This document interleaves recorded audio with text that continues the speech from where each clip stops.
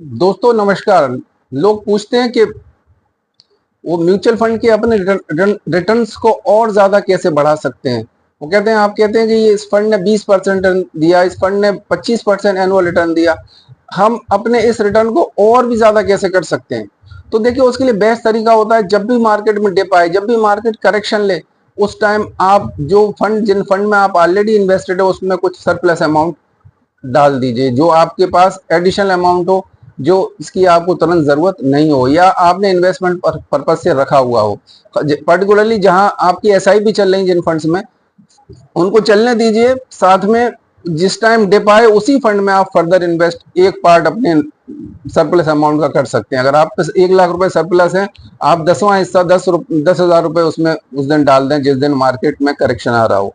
इसी तरह से जिन लोगों ने जो लमसम इन्वेस्टमेंट करना चाहते हैं और वो एक टाइम की तलाश में, उस दिन हमें, जिस दिन हमें डिप मिले, जिस दिन मार्केट डाउन हो, हम उस दिन डालें, तो वो उनके लिए ये मौका होता है कि मार्केट जिस दिन करेक्शन ले, जिस दिन इंडेक्स डाउन हो, उस दिन वो इन्वेस्ट करें। और इसके लिए बेस्ट तरीका होता है, वो उसको इंडेक्स हमको देख के इन्वेस्ट करना चाहिए। अगर हम लार्ज कैप फंड में देख रहे हैं इन्वेस्ट करना है, हमको देखना चाहिए निफ्टी का 50 कितना परसेंट डाउन हुआ है, या सेंसेक्स कितना डाउन है।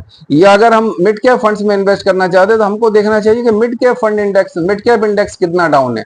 या अगर हम स्मॉल कैप्स में इन्वेस्ट कर रहे हैं, स्मॉल कैप के फंड्स में, तो हमको ये देखना है कि उस दिन स्मॉल कैप इंडेक्स क्या ज्यादा डाउन है। अगर स्मॉल कैप इंडेक्स ज्यादा डाउन है, तो हमको स्मॉल कैप इंडेक्स में फंड्स में इन्वेस्ट करना चाहिए।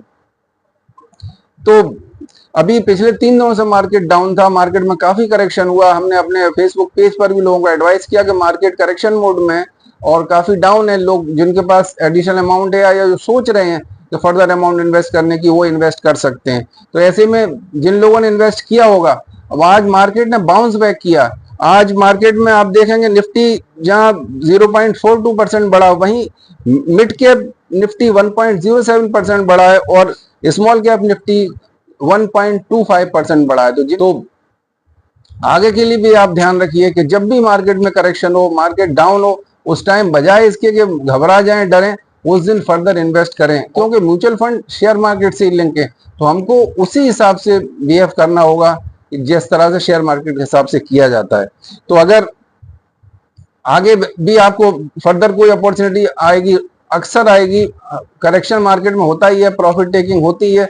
मार्केट जब लगातार एक डायरेक्शन में कभी जाता नहीं है, जब भी मार्केट आपको करेक्शन मोड में आए और मार्केट डाउन हो, उस दिन आप अपना पैसा पहले से डिसाइड करके रखिए कि इन फंडों में आपने इन्वेस्टमेंट करना है।